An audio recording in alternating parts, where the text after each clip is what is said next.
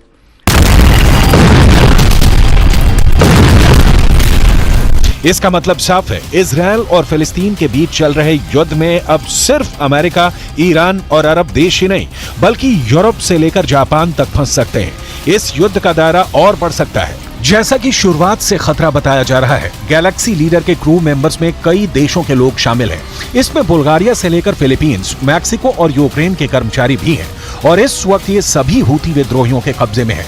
Israel के प्रधानमंत्री Netanyahu भी दावा कर चुके हैं कि इस जहाज के स्टाफ में कोई भी इजरायली नहीं है। हालांकि यमन, जो इस वक्त गाजा में चल रही बमबारी को लेकर बहुत गुस्से में है और जहां रोजाना इजराइल के खिलाफ हजारों लोग प्रदर्शन कर रहे हैं, वहां बैठी हूती सरकार का दावा है कि उसने इजरायली शिप को ही कब्जे में ले लिया है और इजराइल अब सिर्फ डर की वजह से पीछे हट रहा है।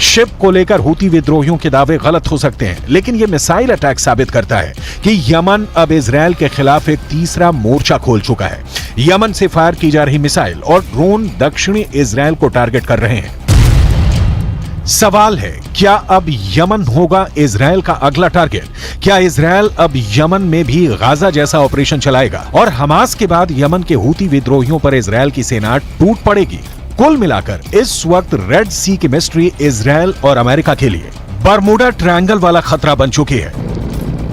इजराइल दावा कर रहा है कि गैलेक्सी लीडर को ईरान की शह पर ही अगवा किया गया है और ईरान ही इस हाईजैक का मास्टरमाइंड है।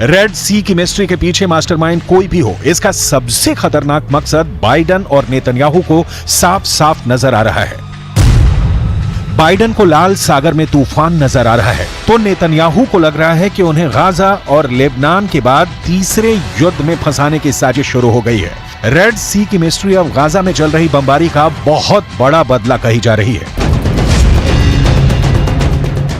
इजराइल और अमेरिका को बड़ी चुनौती 4 एच से मिल रही है। ये चारों एच इजराइल और अमेरिका के लिए बहुत बड़ा खतरा बन चुके हैं। इन चारों एच को ईरान का पूरा समर्थन है। एच से हमास, जिसने गाजा में ग्राउंड ऑपरेशन के दौरान इजराइल को कड़ी टक्कर दी है। एच से हिजबुल्लाह यानी लेबनान का मिलिशिया, जिसने इजराइल के उत्तरी ठिकानों पर हमले शुरू कर दिए हैं। एच से इराक का मिलिशिया हश्द अल शाबी, जिसने इराक और सीरिया में अमेरिका के अड्डों पर हमले किए हैं। एच से हूथी यानी यमन का विद्रोही गुट, जिसने लाल सागर पर गुजरने वाले हर इजरायली शिप को टारगेट पर रख लिया है। Seizure of the motor vessel Galaxy Leader in the Red Sea is a flagrant violation of international law. We demand the immediate release of the ship and its crew, and we will consult with our allies and UN partners as appropriate on next steps.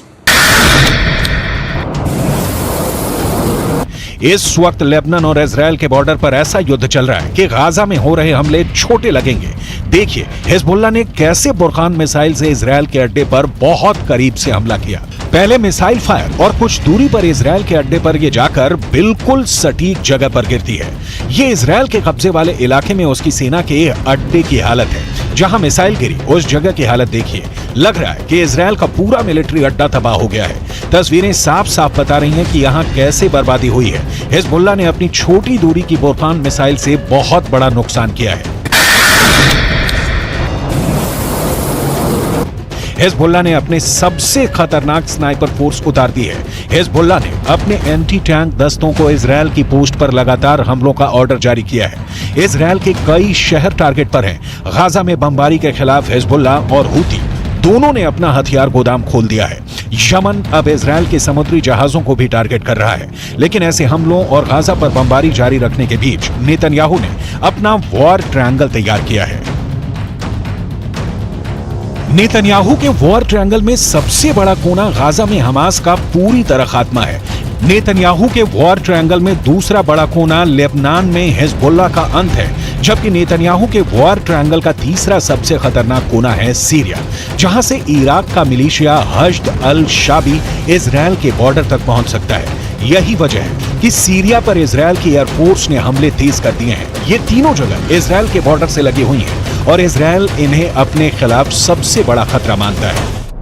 इस वक्त पश्चिम Asia में जो भी हो रहा है वो दो कैंपों के बीच चल रहा है। एक तरफ इजरायल और अमेरिका और दूसरी तरफ है ईरान और उसके साथी मिलिशिया। फिलहाल हूथी विद्रोहियों ने लाल सागर में जो कोहराम मचाया है उसका जवाब इजरायल की तरफ से आना बाकी है। अगर इजरायल ने हमला किया तो समझ लीजिए पूरा पश्चिम एशिया जल उठेगा। ये अमेरिका भी बहुत अच्छी तरह से जानता है।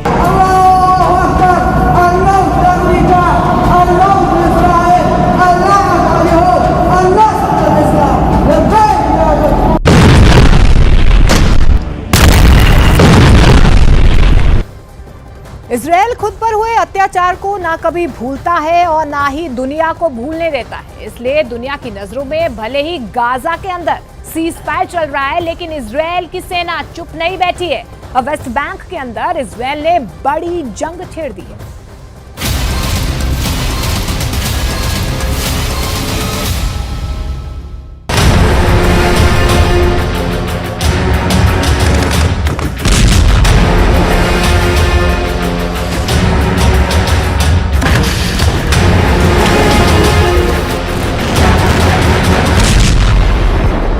इजरायल ने गाजा पट्टी के अंदर संघर्ष विराम कर दिया है।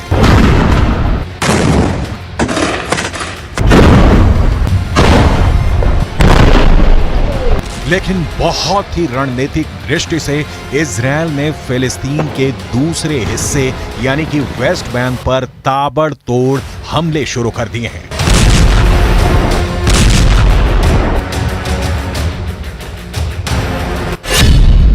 तमाम विशेषज्ञ अब ये कहने को मजबूर हो रहे हैं कि वेस्ट बैंक अब दूसरा गाजा बन चुका है। जरा इजरायल के इस नक्शे को देखिए। जेरूसलम के पास जो हिस्सा नजर आ रहा है वो वेस्ट बैंक है। यहां पर फिलिस्तीन की सरकार है जिसके राष्ट्रपति महमूद अब्बास हैं, जबकि इजरायल के दक्षिण की तरफ गाजा पट्टी मौजूद है। ये भी फिलिस्तीन का ही हिस्सा है।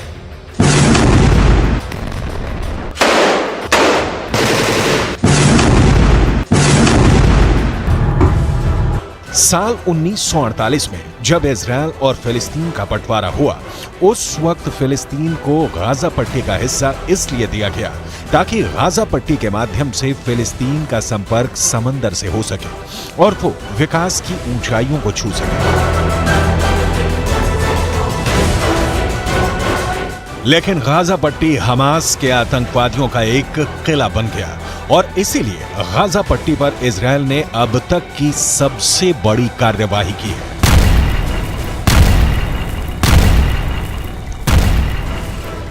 लेकिन 7 अक्टूबर के बाद से यानी इजरायल पर हमास के आतंकवादी हमले के बाद से जिस तरह की परिस्थिति का निर्माण हुआ है, उसके बाद अब इजरायल ने वेस्ट बैंक पर अपने हमले बहुत तेज कर दिए हैं।